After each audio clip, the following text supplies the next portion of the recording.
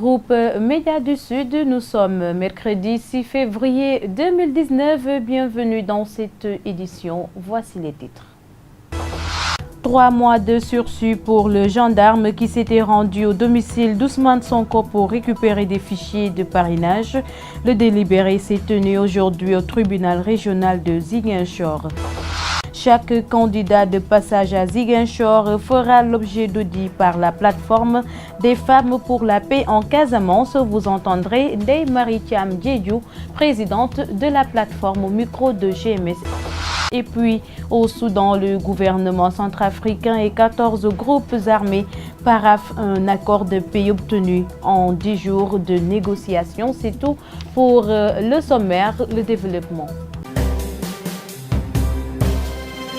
Mesdames et messieurs, bienvenue dans cette édition. L'actualité en bref, en cette période de campagne électorale, les usagers des bus Tata sont très inquiets du fait que ces moyens de transport peuvent être utilisés dans cette campagne. Lazare Sagna, secrétaire général du GIE Sotrazig, rassure quant aux dispositions, ou plutôt aux dispositifs pris pour éviter des perturbations dans ce secteur. Nous y reviendrons dans nos prochaines éditions.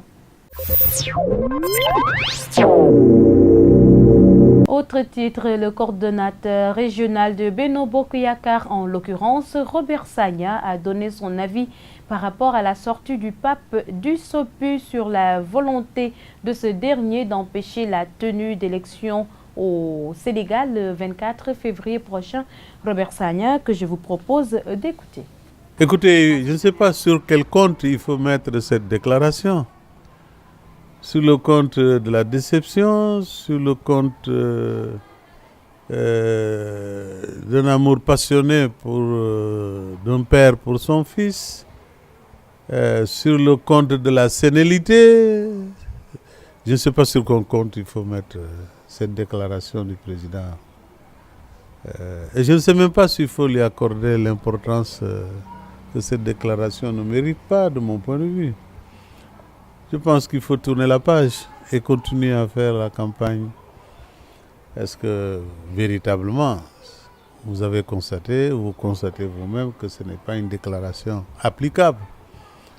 Elle vient probablement, comme je dis, d'un père député, déçu, mais aussi il faut le mettre un peu sur le poids de l'âge. Il faut tourner la page, ce n'est pas la peine de lui accorder l'importance que cette déclaration ne sied pas, de mon point de vue. Bon, on peut en parler, mais je pense qu'il faut passer aux choses, à mon avis, plus sérieuses. C'est pas que je dise que Wade n'est pas sérieux. Non. J'ai dit aux choses plus sérieuses.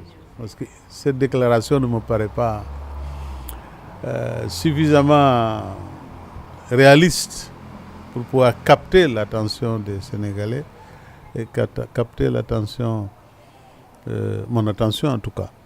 De mon point de vue, je pense qu'il faut mettre ça sous le poids de l'âge, de la déprime, de la déception, et puis voilà, et puis tourner la page et excuser ce père âgé qui aime bien son pays. À l'époque, quand j'étais candidat en 2007, je disais que le président Wade dafa bëgg au Sénégal mais mënul loolu la wax quand j'étais candidat à la présidence.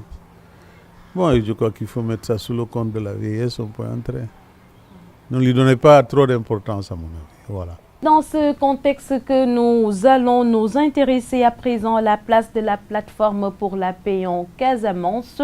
Chaque candidat de passage à Ziguinchor fera l'objet d'audition par la plateforme pour la paix en Casamance. Ceci pour permettre au futur président de bien tenir et poursuivre le processus de paix entamé dans la région du Sud. Ndeye Marie Thiam, présidente de la plateforme, que je vous propose d'écouter. En 2012, lors des élections présidentielles, nous avons eu à faire cet exercice d'audition des candidats et ça a porté des fruits. La marque féminine de la plateforme des femmes s'est avérée pendant toute cette période-là et on en est arrivé aujourd'hui à une accalmie qui est salutaire, même si ce n'est pas encore la paix. En 2019, nous avons pensé qu'il est important d'échanger encore avec les différents candidats qui vont passer dans notre région, pour savoir quel est leur programme sur la question de la paix et de la sécurité dans notre région. Le problème également du développement de notre région. Et échanger avec eux également sur les problèmes dans tous les secteurs. C'est important pour nous de faire cet exercice-là. Parce que notre mobilisation, notre raison d'être, c'est le retour de la paix en Casamance. Ça veut dire donc que nous demandons des négociations inclusives avec la participation de tous les membres du MFDC et également avec la société civile, mais des négociations qui seront transparentes, inclusives et sincères. Et puis, les partisans du candidat de la coalition Sonko président occupent le terrain à l'image de leur leader pour prêcher la bonne parole basée sur la rupture et la restauration des valeurs. Le patriotisme en bandoulière, ils sont dans une dynamique de consolidation et de sécurisation des acquis. Vieux Malandiyo, coordonnateur du comité électoral du PASTEF Bignona, au micro de notre correspondant Lamine Badiane. Resserrer les ceintures parce que c'était déjà huilé. Nous devrions resserrer pour confiner le travail qui était déjà préétabli. Parce que nous, comme vous le savez bien, on croit au patriotisme. Et le patriotisme, c'est notre raison d'être. Nous y sommes lancés depuis très fort longtemps. Et là, c'est parachever le travail qui était déjà entamé. Tout ça, c'est par rapport au charisme, j'allais dire au nantisme intellectuel de notre leader. Il veut sauver tout un peuple, et voire même, j'allais dire, non seulement la sous-région, voire même l'Afrique tout entière. Aujourd'hui, nous n'avons pas besoin de calèche, ni de coupe-coupe, ni de ceinture, encore moins de bander des muscles pour apporter cela aujourd'hui à travers le discours, à travers la bonne parole, à travers vraiment les idées persuasives, pertinente aujourd'hui qui fait l'imminence même de l'homme. Sénégal a fini à épouser l'idée de son leader, de notre leader, notre futur président, son excellence honorable Ousmane Sonko.